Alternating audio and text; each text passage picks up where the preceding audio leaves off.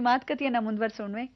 ಇಲ್ಲಿ ನೀವು ರಾವಣನು ಪೂಜೆ ಮಾಡಿರತಕ್ಕಂಥ ಮಹಾಕ್ಷೇತ್ರವಾಗಿರೋದ್ರಿಂದ, ಇವನಿಗೆ ಇರ್ತಕ್ಕಂಥ ದೊಡ್ಡ ಕಲ್ಯಾಣಿ ಮುಖಾಂತರವಾಗಿರೋದ್ರಿಂದ, ಸರ್ಪರಾಜರು ವಾಸವಾಗಿರೋದ್ರಿಂದ, ಸರ್ಪದಲ್ಲಿ ಅತಳ ವಿತಳ ಸುತಳ ತಳಾತಳ ರಸಾತಳ ಮಹಾತಳ ಪಾತಾಳ ಅಂತ ಪಾತಾಳ ಲೋಕದಲ್ಲಿ ಅಡಗಿರ್ತಕ್ಕಂಥ ಸರ್ವದೇವತೆಗಳು, ಅಂದರೆ ನಾಗದೇವತೆ ಆಗಿರ್ತಕ್ಕಂಥ ಜನ್ಮದೇವತೆಗಳನ್ನ ನೀವು ಒಂದು ಆಶ್ರಯನ ಪಡಿಬೋದು ಅಂತ ಹೇಳಿ ನೀರಿನ ಹಾವುಗಳಿಗೆ ಎಲ್ಲರೂ ಆಶ್ರಯ ಇರ್ತಕ್ಕಂಥದ್ದೇ ತಿರುಕೇದೀಶ್ವರ ಕ್ಷೇತ್ರ.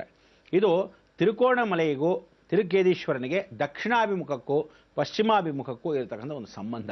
ಅಂದರೆ ಪಶ್ಚಿಮ ದಿಗ್ಭಾಗದಲ್ಲಿ ಆ ಕಡೆ ಇರತಕ್ಕಂಥ ಲಿಂಗ, ಈ ಕಡೆ ಭಾಗದಲ್ಲಿ ಪೂರ್ವಾಭಿಮುಖಕ್ಕೆ ಬರ್ತಕ್ಕಂಥ ಒಂದು ಲಿಂಗ, ಎರಡನೇದಾಗಿ ದಕ್ಷಿಣಾಭಿಮುಖಕ್ಕೆ ಇನ್ನೊಂದು ಉತ್ತರಾಭಿಮುಖ. ಇದಕ್ಕೆ ದಕ್ಷಿಣ ಲಿಂಗ ಅಂತ ಕರಿತೀವಿ, ದಕ್ಷಿಣ ಕಾಶಿ ಅಂತ ಕರೀತಾರೆ. ಮೋಕ್ಷ ಕ್ಷೇತ್ರ ಅಂದರೆ ದಕ್ಷಿಣ ಕಾಶಿನ ಬದಲು ಇಲ್ಲಿ ಏನು ಮಾಡಿದ್ದಾರೆ, ದಕ್ಷಿಣ ಪ್ರಯಾಗ ಅಂತ ಕರೀತಾರೆ. ಅದಕ್ಕೆ ಶ್ರೀಲಂಕಾಲಿ ದಕ್ಷಿಣ ಪ್ರಯವಾಗಿರ್ತಕ್ಕಂಥ ಒಂದು ಮಹಾಕ್ಷೇತ್ರವಾಗಿರ್ತಕ್ಕಂಥ ಈ ಕ್ಷೇತ್ರದಲ್ಲಿ ಪಿಂಡ ಪ್ರದಾನಗಳನ್ನು ಕೂಡ ಪಿತ್ರಾರ್ಜಿತ ಋಣಕರ್ಮಗಳನ್ನು ಕಳ್ಕೊಳ್ಳೋಕ್ಕೆ ಇಲ್ಲಿ ಮಾಡ್ತಾರೆ.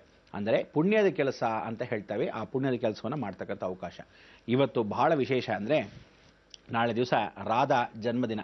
ನಾಳೆ ರಾಧಾ ಜನ್ಮದಿನ. ಆ ರಾಧಾ ಶ್ರೀಕೃಷ್ಣ ಪರಮಾತ್ಮನಿಗೆ ಹೇಗೆ ಒಲಿದ್ಲು, ಎಷ್ಟು ಚೆನ್ನಾಗಿ ಒಂದು ಸಾಕ್ಷಿ ರೂಪವಾಗಿ ಸಿಕ್ಕಿದ್ಲು. ಅದಕ್ಕೋಸ್ಕರ ಅಂಥ ಒಂದು ರಾಧಾ, ರುಕ್ಮಿಣಿ, ಸತ್ಯಭಾಮ, ಅದನ್ನೇನು ಕರಿತೀವಿ ತ್ರಿಯಗ್ನಿ ಸಂಭೂತ ಅಂತ ಕರಿತೀವಿ. ಈ ಮೂರು ಅಗ್ನಿಯಲ್ಲಿ ನಾಳೆ ಜನ್ಮವಾಗತಕ್ಕಂಥ ರಾಧಾ.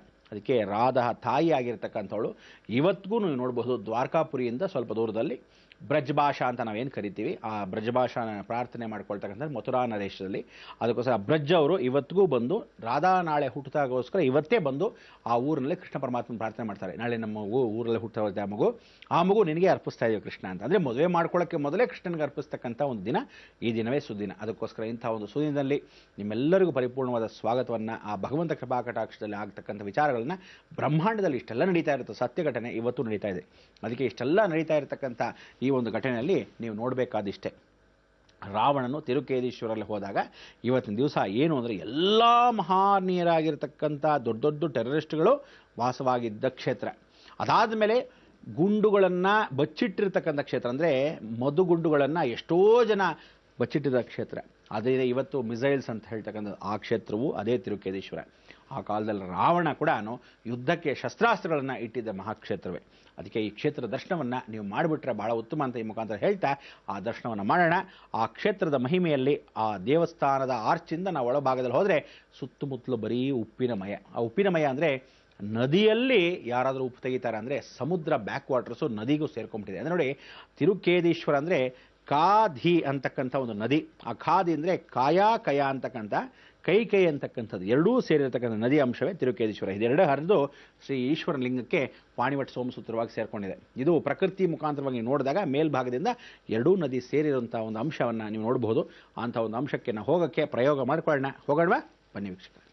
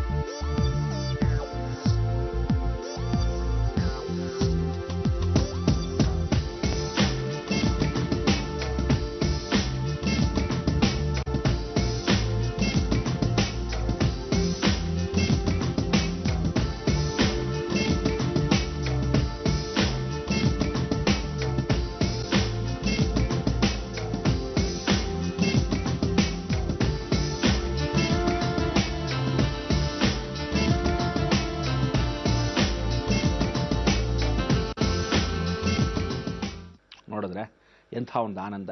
ಇಲ್ಲಿ ಆ ದೊಡ್ಡ ವೃಕ್ಷವನ್ನು ಏನು ನೋಡ್ತಾ ಇದ್ದೀರಾ, ಈ ವೃಕ್ಷದ ಸುತ್ತಮುತ್ತಲು ಇರತಕ್ಕಂಥದ್ದು ಇವತ್ತಿನ ದಿವಸ ಒಂದು ದೊಡ್ಡ ಸೇನಾಪಡೆ ಇದೆ. ಆ ಸೇನಾಪಡೆ ಇವತ್ತಿಗೂ ಸಂರಕ್ಷಣೆ ಮಾಡ್ತಕ್ಕಂಥದ್ದು ಗಡಿ ಪ್ರದೇಶ ಅಂತ ಏನು ಕರಿತೀವಿ. ಜಾಫ್ನಾಗೂ ಈ ಕಡೆ ಇರತಕ್ಕಂಥ ವಿಶೇಷವಾಗಿ ತಿರುಕೋಣಮಲೆಗೂ ಮಧ್ಯದಲ್ಲಿ ಇರತಕ್ಕಂಥ ತಿರುಕೇಶ್ವರ, ಇದನ್ನು ಪರಿವರ್ತನೆ ಏನು ಅಂದರೆ ಇವತ್ತಿಗೂ ಕಾಪಾಡ್ತಕ್ಕಂಥದ್ದು ಏನು ಅಂದರೆ, ನಾನೇನು ಹೇಳಿದೆ ನ್ಯಾಚುರಲ್ ಪೋರ್ಟ್ ಅಂತ ಏನಂತ ಇದೆ, ಇಡೀ ಜಗತ್ತಿನ ಒಂದು ಎಲ್ಲ ವ್ಯಾಪಾರಸ್ಥರೆಲ್ಲ ಬಂದು ಹೋಗ್ತಾ ಇದ್ದಿದ್ದು ಆ ಕಾಲದಲ್ಲಿ. ಏನಂದರೆ ಇವತ್ತಿಗೂ ಟ್ರೇಡಿಂಗ್ ಭಾಳ ಚೆನ್ನಾಗಿ ನಡೆಯುತ್ತಲ್ಲಿ. ಆ ಟ್ರೇಡಿಂಗ್ ನಡೀತಕ್ಕಂಥ ಒಂದು ಸುಗಮವಾಗಿರ್ತಕ್ಕಂಥ ಸಮುದ್ರ ತೀರದಲ್ಲಿ ವಿಶೇಷವಾಗಿರ್ತಕ್ಕಂಥ ಕ್ಷೇತ್ರ ಅಂತಲ್ಲ, ಮಧ್ಯಬಿಂದು ಕ್ಷೇತ್ರ ಇದು. ಆ ಶ್ರೀಲಂಕಾದ ಮಧ್ಯಬಿಂದು ಕ್ಷೇತ್ರದಲ್ಲಿ ಇಲ್ಲಿ ಇವತ್ತಿಗೂ ಬುದ್ಧಿಸ್ಟ್ ಬಂದು ಪೂಜೆ ಮಾಡ್ತಾ ಇದ್ದಾರೆ. ಇದು ಸುಮಾರು 500 ವರ್ಷಗಳ ಹಿಂದುಗಡೆ ಇಲ್ಲಿ ಬುದ್ಧ ಒಂದು ಧರ್ಮವನ್ನು ಪರಿಪಾಲನೆ ಮಾಡೋಕ್ಕೆ ಈ ಮರದ ವೃಕ್ಷದ ಕೆಳಭಾಗದಲ್ಲಿ ಪ್ರಾರ್ಥನೆಯನ್ನು ಮಾಡ್ಕೊಂಡಿದ್ದಾರೆ. ಉತ್ತರದಲ್ಲಿ ಪೀಪಲ್ ಟ್ರೀ, ಮೇಲ್ಭಾಗದಲ್ಲಿ ಬುದ್ಧ ಗಯಾ ಅಂತ ಹೇಳ್ತೀವಿ. ಇದು ದಕ್ಷಿಣ ಪ್ರಯಾಗ ಅಂತ ಕರೀತಾರೆ. ದಕ್ಷಿಣ ಪ್ರಯಾಗ ಅಂದರೆ ಗಯಾ ಅನ್ನೋದನ್ನ ಪ್ರಯಾಗ ಅಂತ ಕರಿತೀವಿ. ಇಲ್ಲಿ ದಕ್ಷಿಣವಾಗಿ ಪ್ರಯಾಗ ಅಂತ ಕರೆಯೋದ್ರಿಂದ ಈ ಬುದ್ಧ ಎರಡೂ ಕ್ಷೇತ್ರದಲ್ಲಿ ಬಂದು ಹೋಗೋದ್ರಿಂದ ಬೌದ್ಧಿಸಮ್ ಇವತ್ತೂ ನಡೀತಾ ಇದೆ ಅಂತ ಒಂದು ಧರ್ಮ. ಅದಕ್ಕೆ ಅಂಥ ಒಂದು ಪ್ರಯೋಗ ನಡೆಸ್ಕೊಟ್ಟಿದ್ದಕ್ಕೆ ನೀವೆಲ್ಲ ದೃಶ್ಯವನ್ನು ನೋಡಿದ ಹಾಗೆ ಭಾಳ ಸಂತೋಷವಾಯಿತು. ರಾವಣನ ವಿಚಾರಕ್ಕೆ ಕೈಲಾಸ ಮಾರ್ಗದಲ್ಲಿ ಹೇಗೆ ಪರಮೇಶ್ವರನ ನೋಡ್ತೀವೋ ಆ ರೀತಿಯಾದ ಒಂದು ದೃಶ್ಯ ಮಾರ್ಗದಲ್ಲಿ ರಾಮಾಯಣ ಕಥೆ ಸಾಕಷ್ಟು ನೋಡಿರ್ತೀರ. ಹೀಗೆ ಹಾಗೆ ಅಂತ ನೋಡೋಕ್ಕಿಂತ ನಾವು ಯಾಕೆ ಈ ಕ್ಷೇತ್ರದಲ್ಲಿ ಈ ಕಲಿಯುಗದಲ್ಲಿ ಹೇಗಿದೆ ಈ ಕ್ಷೇತ್ರ ಅನ್ನೋದು ಅಂದು ಇಂದನ್ನ ನಿಮಗೆ ತೋರಿಸಿದ್ವಿ.